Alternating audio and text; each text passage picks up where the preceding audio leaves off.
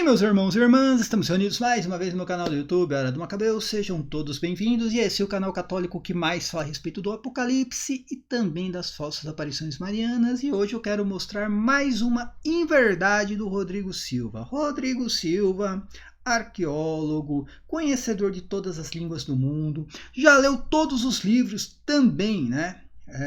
Que existem no mundo.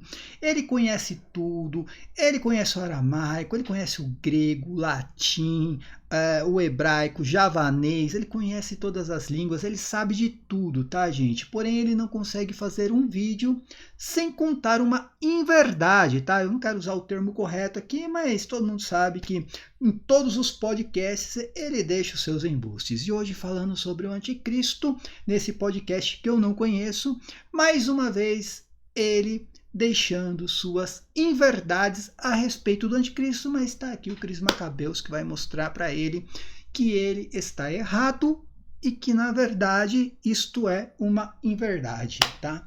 Vamos ver o que o Rodrigo Silva tem a nos ensinar a respeito do anticristo. A minha interpretação não é adventista. Como não? Sim. Eu quero dizer que essa interpretação existia muito antes de nascer o primeiro adventista. Assim pensavam Lutero, Calvino, Zwinglio, os irmãos Morávios. Toda essa ideia de transportar a figura do anticristo de Roma para outro personagem são ideias modernas que nasceram quando um padre chamado... Nossa, agora o Google travou aqui, mas daqui a pouco eu lembro o nome dele.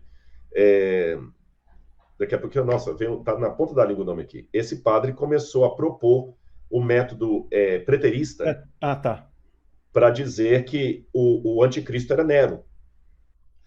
Isso aí, minha gente. Segundo o Rodrigo Silva, prestem atenção, segundo o Rodrigo Silva, o preterismo é algo moderno e essa interpretação de que o anticristo era César Nero é algo moderno também. Nunca ninguém, nem na Reforma e nem antes da Reforma, interpretou dessa maneira.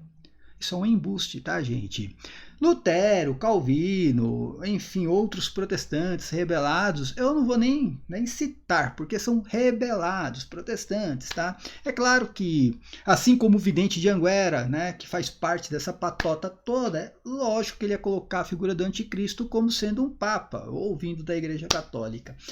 Mas eu vou mostrar para o Rodrigo Silva e para vocês que isso é um embuste, tá? Porque desde os primeiros séculos a interpretação de que o anticristo era César Nero estava dentro de um consenso unânime, tá? Prestem atenção nisso daqui, tá, gente? Se você pegar Tertuliano, ele já vai ligar a figura do anticristo com o Império Romano, tá, gente? Ele não cita aqui exatamente que se trata de César Nero, mas já vai ali, ó, ligar a figura do anticristo, do mistério da iniquidade com o Império Romano. Estamos falando de quem aqui, gente? De Tertuliano, né? No segundo século. Ele diz assim, ó, Paulo diz, né? Ninguém de modo algum vos engane, porque primeiro deve vir a apostasia, e deve manifestar-se o homem da iniquidade, o filho da perdição. Ele, Paulo, realmente se refere a este império atual, tá, gente? Atual. Tá falando do Império Romano atual. E que o homem do pecado seja revelado, isto é o quê? O anticristo. E agora você sabe que o detém, para que ele seja revelado em seu tempo, pois o mistério da iniquidade já está em ação. Que obstáculo existe senão o Estado romano, cuja queda, por se espalhar em 10 reinos, introduzirá o anticristo em sua própria ruína? A crença de Tertuliano era uma crença muito comum na época de que Nero iria ressuscitar, ou, sei lá, reaparecer. Victorino também, Victorino no terceiro século, tá, gente? Ele coloca a figura do anticristo dentro do Império Romano, e ele mesmo diz aqui, ó, sobre a besta: e a besta que viste é um dos 7, antes daqueles reis César Nero que reinou. E ele faz toda uma contagem aqui dos imperadores romanos, né, até Neva, e ele sempre colocando a figura de Nero dentro, né, da besta do Apocalipse como sendo uma figura do anticristo. O São Cipriano, ele não fala exatamente que o anticristo é César Nero, mas ele diz que o anticristo já tinha vindo na época de João, tá, gente? É bem legal porque ele ele trata ali a carta de São João como algo que já aconteceu. Se você pegar, por exemplo, a figura de São João Crisóstomo era totalmente preterista já no quarto século, né? Não tinha nada do padre que ele citou, que eu acho que é Luís de Alcazar. E aqui São João Crisóstomo vai dizer assim, ó, vocês ouviram Paulo dizendo, quem sofrerá o castigo eterno? Banidos da face do Senhor? Vocês não ouviram qual era o papel de César Nero, a quem São Paulo chama de mistério do anticristo? São Paulo aqui está ligando, né, a carta aos Tessalonicenses com a carta de São João, onde ele fala sobre o anticristo. Depois, né, na homilia sobre Tessalonicenses, ele vai falar que o mistério da iniquidade já estava em ação, ele vai ligar ao Império Romano, tá? Olha só, ele vai ligar aqui, ó, Império Romano, mistério da iniquidade, e ele vai dizer que ele concorda com essa interpretação, né? E ele vai dizer mais embaixo aqui, olha, assim, ó,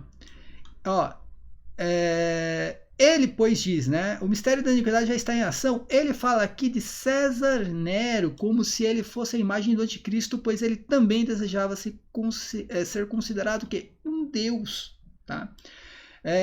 Santo Agostinho, gente, também no quarto século, né? Ele vai dizer ali nos comentários a respeito. Moses Stuart colocou no seu livro esse comentário, mas esse comentário, se eu estou enganado, saiu de Cidade de Deus, né? Tá aqui, ó, o que significa a declaração de que o mistério da iniquidade já opera? Alguns, Santo Agostinho estava dando exatamente a opinião dele, tá? Santo Agostinho estava aqui dando a opinião dos padres da igreja dentro de um consenso unânime na época. Olha só, alguns supõem que isso seja dito por parte do imperador romano e que, portanto, Paulo não falou em palavras claras, porque ele não teria suportado a acusação de calúnia por ter falado mal do imperador romano, embora Paulo, ele sempre esperava que aquilo que tinha dito seria entendido como aplicação a César Nero, cujas ações já pareciam com a do anticristo. E São Jerônimo, no quarto século, também vai dizer algo parecido com Santo Agostinho. Prestem atenção. Quanto ao anticristo, não há dúvida senão que ele deve lutar contra a Santa Aliança. E que, quando ele fizer a primeira guerra contra o rei do Egito, imediatamente ficará assustado com a assistência dos romanos. Mas esses eventos, preste atenção, o que ele falou aqui, ele está falando que é algo dentro de uma tipologia. Mas esses eventos foram tipicamente, ou seja, isso aqui era um antítipo, tá? Foram prefigurados no reinado de Antíoco Epifânio. De modo que este rei abominável que perseguiu o povo de Deus prenuncia o anticristo que deve perseguir, que iria vir no futuro, né? Que deve perseguir o povo de Cristo. E muitos de nossos pontos de vista, ou seja, dentro daquele consenso unânime na época, pensam que César Nero foi o anticristo por causa da sua selvageria e depravação, tá? Suplício Severo, também no diálogo que ele tem com São Martinho, é impressionante porque ele liga a figura de César Nero tomando o Império Romano de novo e o anticristo vindo junto, tá? Só que para São Martinho, preste atenção, ele diz que o anticristo já tinha nascido na época dele. Acho que tinha atingido a idade de 8 anos, porque ele acreditava que César Nero iria ressurgir. Era uma crença muito comum na época, né? E Ecumênio também vai ligar toda a figura do anticristo com os imperadores romanos. Agora eu pergunto para o Rodrigo Silva, de onde você tirou essa ideia que ligar o anticristo a César Nero, a figura de César Nero, é algo moderno? É claro que isso é um embuste, é claro que é uma inverdade, é claro que o Rodrigo Silva conhece a verdade, apenas que ele está querendo agradar aqueles que estão escutando. Lamentável. Eu fiquei imaginando essas pessoas que, né, são mais velhas do que eu. Eles vão ao podcast, contam essas inverdades e dormem sossegado durante a noite. É impressionante, tá, gente? Paz e bem a todos, até a próxima. Amém.